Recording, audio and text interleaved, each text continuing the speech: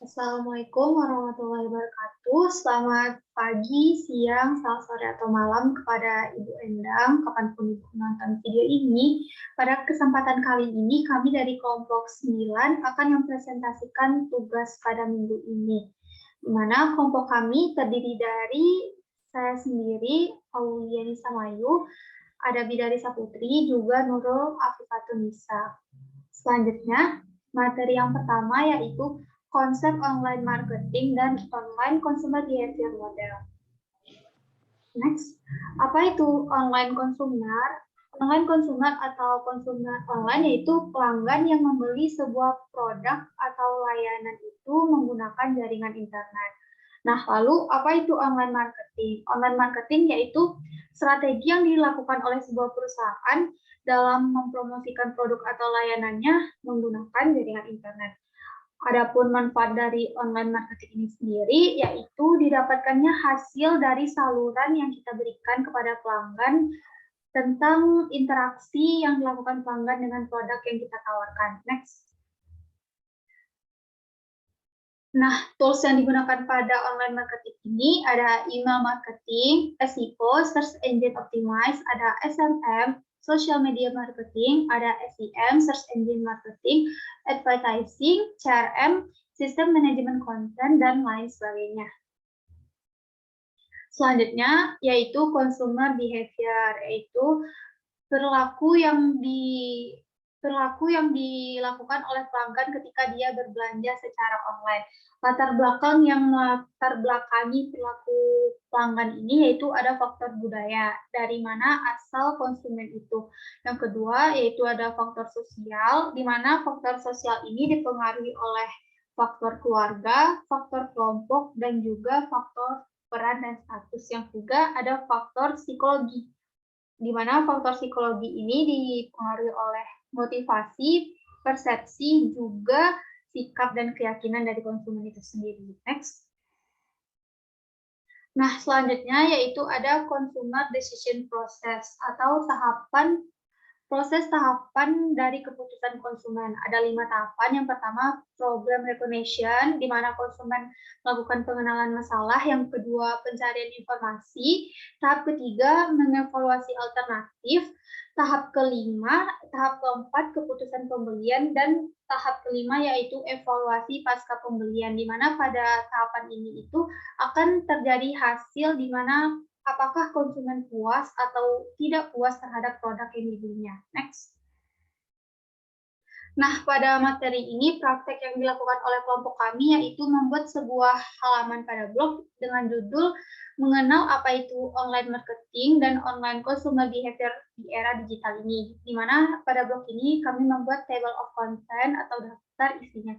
Selanjutnya, juga melakukan hasil pencarian keyword menggunakan tools Google Trends dan juga tools Abersaja. Next.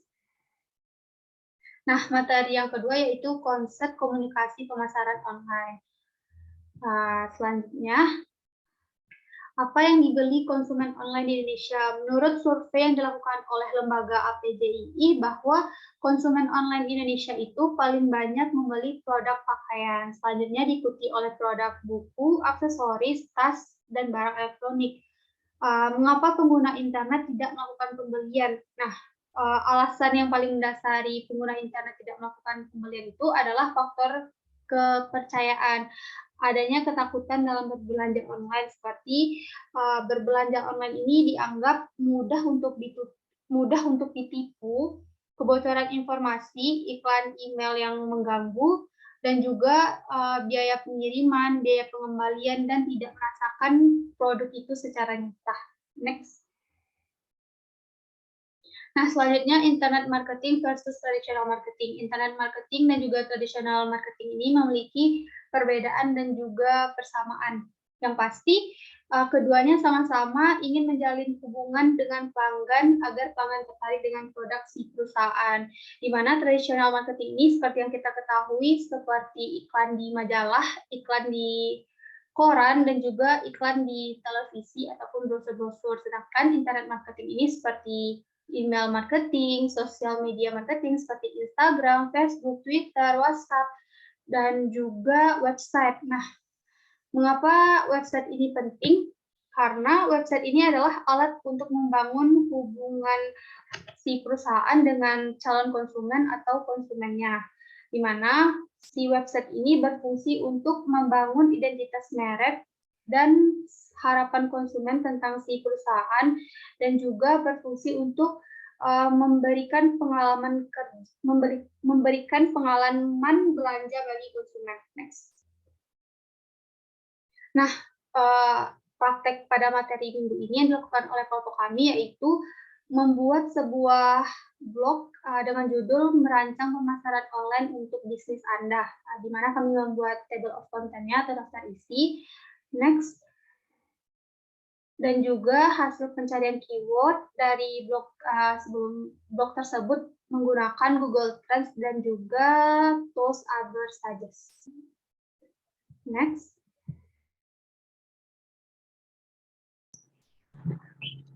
Selanjutnya, ada konsep komunikasi pemasaran online planning. Komunikasi pemasaran merupakan bagaimana sebuah organisasi atau industri menyampaikan pesan kepada masyarakat luas yang bertujuan untuk menyebarkan informasi dan mempengaruhi atau meyakinkan masyarakat untuk membeli produk yang ditawarkan. Yang pertama ada Search Engine Marketing atau SEM. SEM merupakan aktivitas marketing yang menggunakan iklan berbayar yang muncul pada beranda pencarian seperti Google. Manfaat dari SEM sendiri adalah dapat memberikan peluang pada seorang marketer untuk menyampaikan iklan yang diinginkan kepada target yang sudah ditetapkan. Kemudian cepat mendapatkan hasil, yaitu proses pemasangan iklan yang cepat dapat menggunakan Google Ads dan langsung bisa dilihat hasilnya oleh marketer sendiri dan dapat menyesuaikan dengan budget yang dimiliki. Kemudian ada display ad marketing, yaitu merupakan iklan bergambar yang ada di sosial media, baik berupa gambar, video yang bertujuan untuk mengiklankan suatu produk atau jasa. Keuntungan dari display ad marketing sendiri adalah terlihat profesional, dikenali banyak orang, meningkatkan engagement, dan yang keempat bisa membuat target. Kemudian ada email marketing, yaitu email yang berisi tentang konten atau pesan komersial yang dikirimkan kepada calon pelanggan atau pelanggan biasa yang berisi tentang informasi tentang produk, promosi, atau event yang sedang berlangsung. Dengan tujuan utama untuk dapat berhubungan secara langsung dengan pelanggan atau calon pelanggan secara lebih personal dan untuk mempertahankan hubungan baik dengan pelanggan atau calon pelanggan. Strategi email marketing sendiri adalah mengenali kebiasaan calon pelanggan, mencari tahu personal pelanggan, dan memahami selera dari pelanggan. Kemudian menetapkan target penjualan lewat email, lalu melakukan riset berapa rata-rata penjualan yang berhasil dilakukan email dan akan menjadi patokan untuk mendapatkan target penjualan. Kemudian ada affiliate marketing, merupakan metode pemasaran yang di mana seseorang akan mendapatkan sejumlah komisi karena sudah berhasil mempromosikan suatu produk atau jasa. Dalam affiliate marketing sendiri terdapat 3 pihak yang terlibat dalam sistem affiliate marketing. Yang pertama yaitu merchant. Ini merupakan pihak yang memegang kepemilikan atas suatu produk. Kemudian yang kedua ada affiliate, merupakan orang yang bisa mempengaruhi orang lain untuk membeli suatu produk. Contohnya adalah seorang influencer atau blogger. Kemudian pelanggan, yaitu pihak yang melakukan pembelian pada produk yang dipromosikan. Kemudian ada viral marketing, yaitu merupakan suatu strategi yang membuat suatu iklan viral, yaitu dengan tersebar secara cepat dalam waktu yang singkat. Keuntungan dari viral marketing sendiri adalah dapat menghemat biaya iklan, meningkatkan brand awareness, dan memiliki kesempatan diliputi oleh media. Kemudian praktek pada minggu ini sendiri adalah kami membuat blog cara cari keyword akurat untuk website dengan KW Finder. Di sini juga kami mencantumkan bagaimana cara mendaftarkan KW Finder dan bagaimana cara menemukan kata kunci di KW Finder. Selanjutnya ada konsep komunikasi pemasaran online sosial media. Sosial marketing merupakan teknik pemasaran yang digunakan untuk mempengaruhi halayak banyak yang sesuai dengan sasaran, di mana konsep pemasaran ini lebih mengutamakan berorientasi untuk tujuan bukan keuntungan. Di sosial marketing sendiri ada Facebook marketing, Twitter marketing, mobile marketing, dan lokal marketing. Kemudian, Facebook marketing merupakan kegiatan pemasaran melalui media sosial Facebook untuk memasarkan suatu produk atau jasa, serta untuk bisa menjalin komunikasi yang intens dengan para konsumen. Facebook menyediakan banyak fitur untuk bisa digunakan dalam bisnis. Salah satunya adalah fitur postingan terjadwal, di mana fitur ini akan membagikan konten produk pada jam-jam tertentu, di mana saat-saat pengguna Facebook banyak yang online. Kelebihan daripada Facebook marketing sendiri adalah kemudahan penggunanya, jangkauan audiens yang luas, dan menciptakan brand awareness. Kemudian, ada Twitter marketing. Secara sederhana, Twitter marketing dapat dikatakan sebagai strategi promosi bisnis melalui Twitter dengan menggunakan tools pendukung yang dibutuhkan atau media pendukung seperti teks, gambar, atau video. Dalam Twitter marketing sendiri tidak hanya sekadar promosi, tapi bisa berkomunikasi dengan konsumen, mendengarkan kritik ataupun saran secara langsung dari konsumen. Manfaat dari menggunakan Twitter sendiri adalah meningkatkan traffic website, menaikkan engagement, memperbesar peluang penjualan, mencari feedback konsumen, dan menjangkau lebih banyak audiens. Kemudian ada mobile marketing atau pemasaran seluler, merupakan kegiatan strategi pemasaran produk atau jasa dengan melalui teknologi digital untuk menjangkau target konsumen melalui perangkat seluler. Mobile marketing juga berguna untuk memasarkan produk melalui situs web, media sosial, aplikasi mobile, dan yang lainnya. Manfaat dari menggunakan mobile marketing sendiri adalah biaya pemasarannya yang terjangkau, membangun hubungan baik dengan konsumen, mencapai target audiens, mendapatkan hasil yang cepat, mudah diakses, dan akan lebih efektif. Kemudian ada lokal marketing. Lokal marketing merupakan pemasaran yang menargetkan pemasaran kepada pengguna berdasarkan lokasi.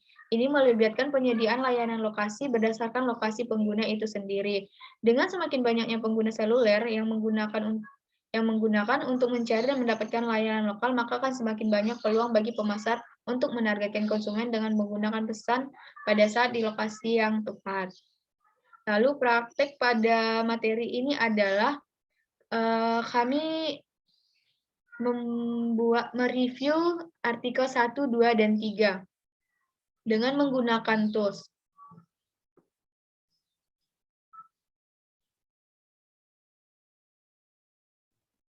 Lalu selanjutnya ada isu etika dan moral. Next.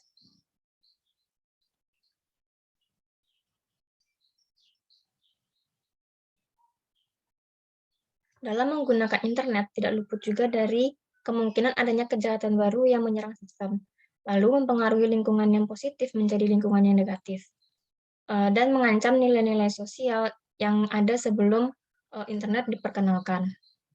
Next.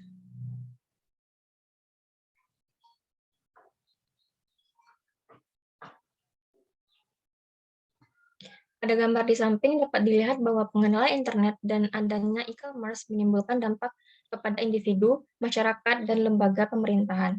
Dampak tersebut dibagi ke dalam 4 dimensi moral. Yang pertama, ada hak informasi, lalu ada hak properti, lalu pemerintah, dan keselamatan dan kesejahteraan. Next.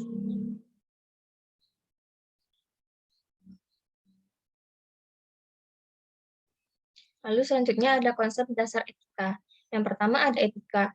Etika adalah sebuah studi yang menjelaskan tentang prinsip-prinsip yang menentukan apakah individu dan organisasi melakukan tindakan yang benar atau salah. Lalu yang kedua adalah responsibility, di mana tanggung jawab yang diberikan kepada individu terhadap wewenang atau amanah yang telah dibebankan lalu bersifat wajib. Lalu ada accountability, yaitu merupakan tanggung jawab seorang individu dengan organisasi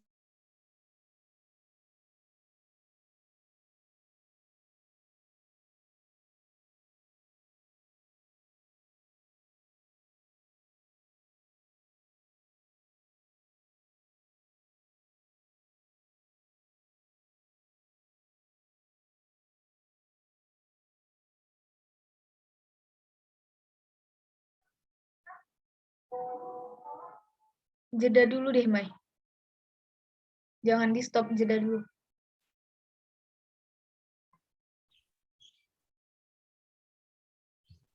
Lalu selanjutnya ada accountability, merupakan tanggung jawab seorang individu, organisasi, maupun masyarakat terhadap sebuah keberhasilan atau kegagalan dalam sebuah pencapaian.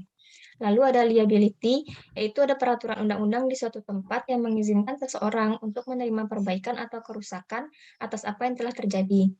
Lalu yang terakhir ada due process, ialah sebuah proses di mana hukum dipahami dan dimengerti, dan adanya kemampuan untuk dapat mengajukan banding kepada otoritas yang lebih tinggi untuk dapat memastikan apakah hukum.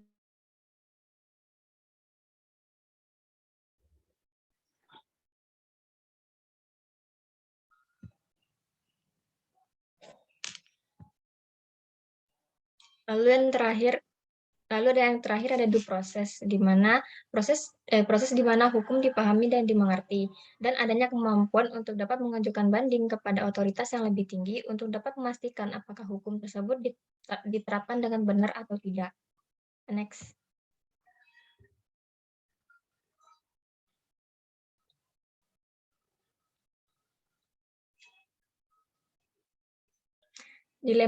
Dilema etika. Dilema etika adalah sebuah situasi yang dihadapi individu di mana ia diharuskan membuat keputusan tentang perilaku macam apa yang tepat untuk dilakukan.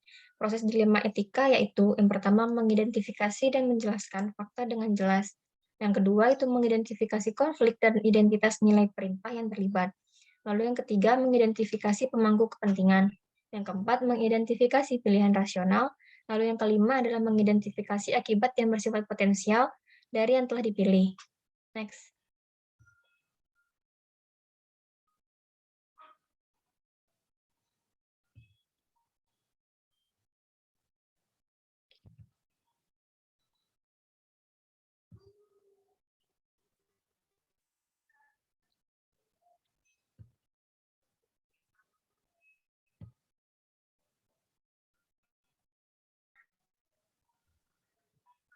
Lalu selanjutnya ada prinsip kandidat etika. Yang pertama ada golden rule. The golden rule merupakan melakukan untuk orang lain sesuka hati seperti orang lain melakukan kepada kita, serta berkumpul bersama orang yang memikirkan kita dapat membuat pribadi diri berpikir secara adil. Lalu ada risk aversion principle yang mengambil tindakan yang berisiko kecil. Lalu ada utilitarian principle, mengambil tindakan yang dapat mencapai hasil atau nilai yang lebih baik. Lalu ada no free lunch rule, mengasumsikan kepada diri bahwa setiap individu memiliki pemilik dan akan kembali kepadanya. Next.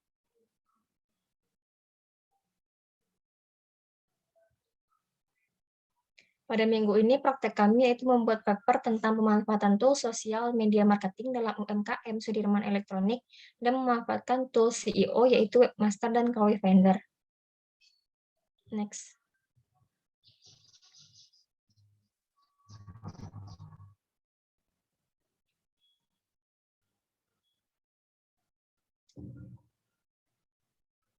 Lalu selanjutnya ada internet marketing teknologi.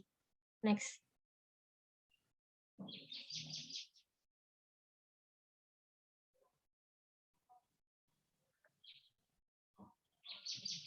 Internet marketing yaitu internet juga membantu komunikasi dan ciptanya komunikasi secara global antara pegawai, pelanggan, penjual, dan rekan bisnis yang menjalin kerjasama. Internet juga dapat membuat orang yang terpisah oleh jarak dan berbeda lokasi dapat bekerja sama secara virtual dan dapat mengembangkan produksi, memasarkan, dan melakukan pemeliharaan produk dan pelayanan. Lalu ada manfaat dengan adanya internet. Yang pertama yaitu menjangkau dunia. Internet marketing dapat menjangkau dunia dengan ruang lingkup dalam berkomunikasi pemasaran diperluas yang tadinya kecil menjadi lebih besar.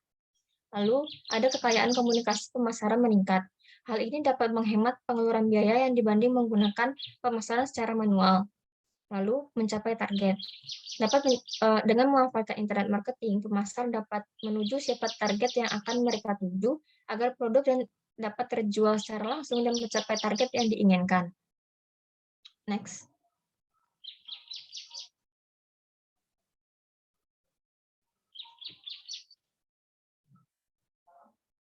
Lalu selanjutnya ada web transaction logs.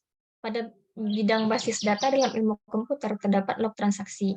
Log transaksi adalah sebuah riwayat transaksi yang dilakukan atau dijalankan oleh sistem manajemen bisnis data. Web transaction logs dibangun ke dalam sebuah perangkat lunak web dan merekam seluruh aktivitas pengguna dalam situs web. Lalu selanjutnya ada tracking files. Tracking files atau pelacakan data merupakan sebuah penjelajahan yang pengguna dilacak saat pengguna membuka situs dan berpindah dari satu situs ke situs yang lainnya. Ada 3 jenis tracking file. Yang pertama ada cookie. Cookie merupakan sebuah istilah kumpulan informasi yang berisi aktivitas dan rekam jejak yang dilakukan oleh seorang pengguna pada sebuah website. Lalu selanjutnya ada flash cookie, merupakan teks yang dikirimkan oleh sebuah server web kepada pengguna saat browser meminta konten yang didukung oleh Adobe Flash. Flash cookie biasanya digunakan dalam iklan yang memiliki situs web dan video seperti cookie HTTP. Lalu yang terakhir ada bug. Sering terjadi pada sebuah perangkat yang mengalami error dan adanya kesalahan. Secara spesifik, bugs biasanya akan berasal dari sebuah kesalahan pada level perangkat lunak atau software. Next.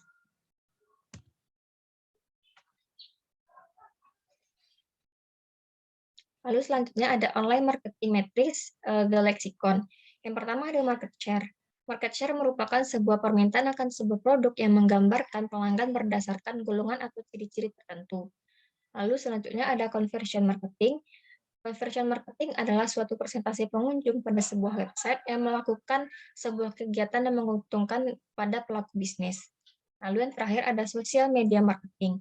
Social media marketing merupakan strategi yang dilakukan dengan memanfaatkan e-marketing, yaitu menggunakan sosial media, di mana strategi ini untuk dapat memasarkan produk atau jasa yang ditawarkan oleh penjual atau marketer. Next.